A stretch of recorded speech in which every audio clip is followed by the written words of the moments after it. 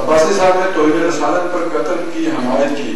میرا سوال یہ ہے کہ اسلام دانائی اور حکمت پر بار بار زور دیتا ہے، اور اگر یہ پھر آج کی دنیا میں اسلام کے ہمت پر ایک سوالیہ نشان ہو تو کیا ہم اجتہاد اور اجماع کے ذریعے اعتدال کا کوئی راستہ نہیں نکال سکتے؟ اس میں پہلے تو یہ غلط فہمی دور ہو جانی چاہیے کہ اسلام سے بڑھ کر اعتدال کا کوئی راستہ ہوتا ہے. جو قانون کے امپلیمنٹیشن کے جتنے بھی صورتیں ہو سکتی ہیں وہ سب کو دیکھ کر تاکہ قاضی فیصلہ کرے، اس کے بعد وہ سزا نافذ ہوگی. لیکن مسئلہ تب پیدا ہوتا ہے کہ جب آپ قانون کا راستہ ہاتھ بند کر دیتے ہیں، جب کچھ ایسے لوگ موجود ہوں جو قانون سے ماورا ہوں لیکن وہ قانون کی پرہیز نہ کریں اور ہر طرح کی بات کریں، تو پھر کوئی راستہ نہیں رہتا ہے. غالب نے کہا تھا پاتے نہیں رات تو چڑھ جاتے ہیں نالے، رکتی ہے میری توا تو ہوتی ہے رواں. ہو تو جب آپ کسی کو عدالت میں بلا ہی نہ سکتے ہوں، جیسے سلمان تاثیر صاحب کا معاملہ تھا، تو اب کیا کریں گے؟ قانون بنایا اس لیے جاتا ہے کہ لوگ سویلائز ہوں تاکہ وہ اپنے انتقام دینے کے لیے قانون کا دروازہ کھٹکھٹائیں. جہاں قانون کا دروازہ نہیں کھٹکھٹایا جا سکتا ہو، ممکن نہ رہے یا آپ ممکن نہ رہنے دیں، تو وہاں انسان کے انتقام کے لیے اپنے اسی واپسی پرانے جذبے پہ جاتے ہیں جو پریمیٹیو ایج میں اس کا خاصا تھا، قبائلی نظام کی طرف واپس جاتا ہے. تو ان لوگ قانون کو ہاتھ میں نہ لیں، یہ تبھی ممکن ہوگا جب آپ قانون پر عمل درآمد کرنا شروع کر دیں. جب ریاست اپنی خود ریاست قانون ہاتھ میں لینا شروع کر دے، جیسے مسنگ پرسن کا مطلب کیا ہے کہ ریاست قانون کی پرواہ نہیں کر رہی.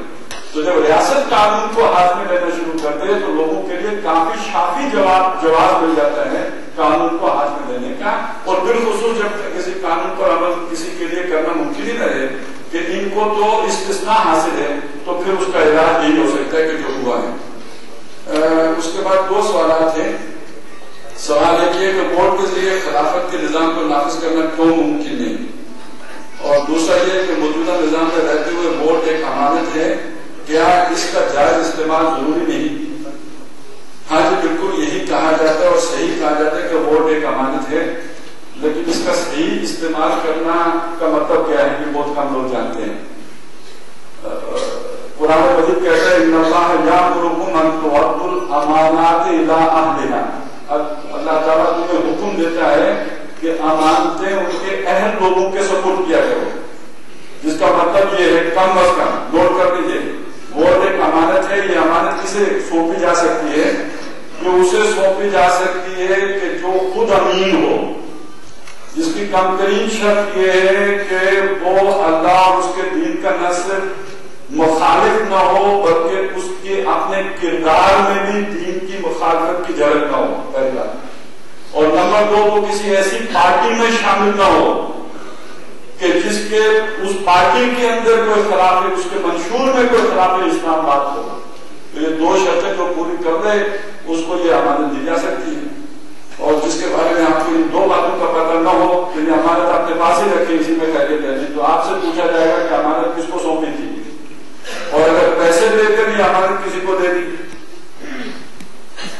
تو یہ میں کوئی مبالغے سے کام نہیں لے رہا، حقیقت بتا رہا ہوں کہ جسم فروشی کرنے والی عورت سے زیادہ گھٹیا کردار اس شخص کا جو پیسے دے کے ووٹ دے دیتا ہے. وہ جسم فروشی کر کے صرف خود گناہ کی مرتکب ہوتی ہے. یہ ووٹ کے لیے پیسے دے کر ایک ایسے بدبخت کو پوری قوم پر مسلط کر دیتا ہے کہ پوری قوم کو بھگتنا پڑتا ہے. یہ بڑا مجرم ہے اس سے جو زمین فروشی. اور اس میں یہ کہ ووٹ کے ذریعے سے خلافت کا نظام کیوں نہیں نافذ کیا جا سکتا ہے، تو اس کی وجہ سمجھ لیجیے.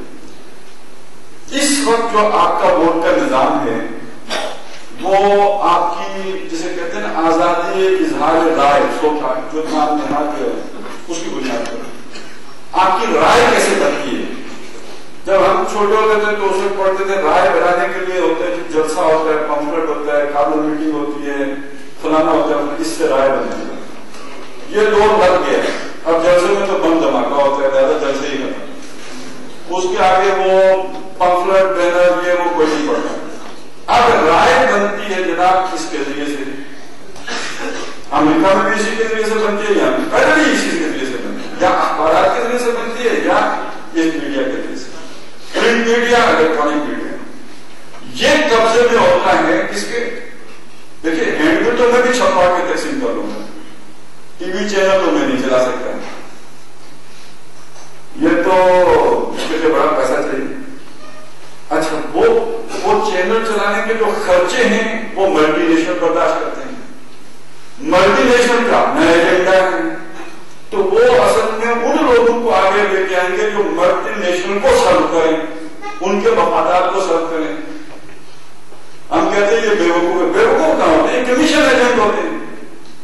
چنانچہ یہ وہ ساری صورتحال تھی جس کو دیکھ کے اقبال نے کہا تھا دیوے استقدار جمہوری قبا میں ہے پائے کو، تو سمجھتا ہے یہ آزادی کی ہے نیلم کری، تو سمجھو آزادی آ گئی ہے، مجھے ووٹ کا حق مل گیا ہے، میں وزیر اعظم منتخب کر تک چل رہے ہو، تمہاری رائے ہی بنتی ہے وہ ملٹی نیشنل کے پروپیگنڈے کے ذریعے اثر، اور ایسا ہوا کھڑا ہو جاتا ہے۔ کل تک جو 10% ہوتا ہے، میڈیا جب اس کی بات کی آتا ہے وہ مرد ہر ہو جائے گا،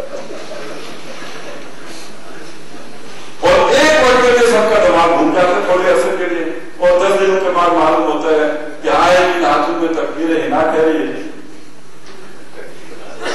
پھر آئے تو یہ، اور پھر چونکہ اس کے ساتھ 5 سال کا چکر ہوتا ہے تو بندہ صبر کر لیتا ہے کہ چلو مصیبت بیماری جنگڑی کسی قابو آئے گی، چلو 5 سالوں بعد تو جام چھوٹی جائے، اور اگر مڈ ٹرم ہو جائے۔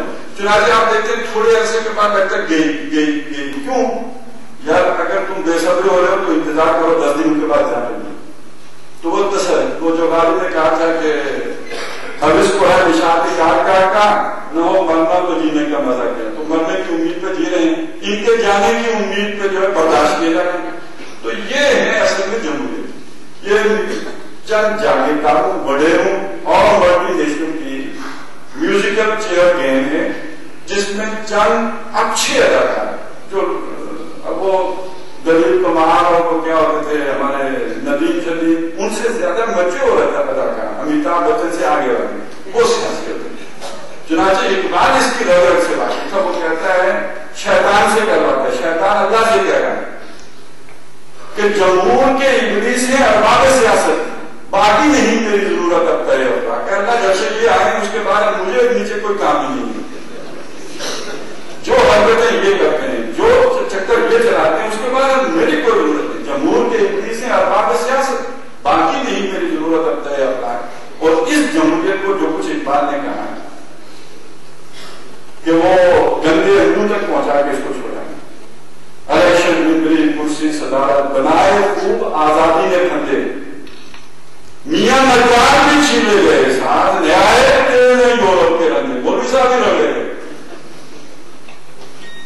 اٹھا کے پھینک دو باہر گلی میں، نئی تہذیب کے نہیں ملتی ہے جو گاندھی میں۔ آپ سوچئے اتنی دین کی اس میں خلافت کیوں ہوتی ہے؟ غیبت حرام، مردہ بھائی کا گوشت کھانے کے مترادف سیاست میں یا جمہوری سیاست، اور ہمیں اپنی معلومات جو ہوئی اس سے نوازا، اور میں آپ کا تہ دل سے ممنون ہوں کہ آپ اتنی دیر سے بالکل جم کے یہاں پہ بیٹھے گئے اور بات کو سن رہے ہیں، بہت شکریہ۔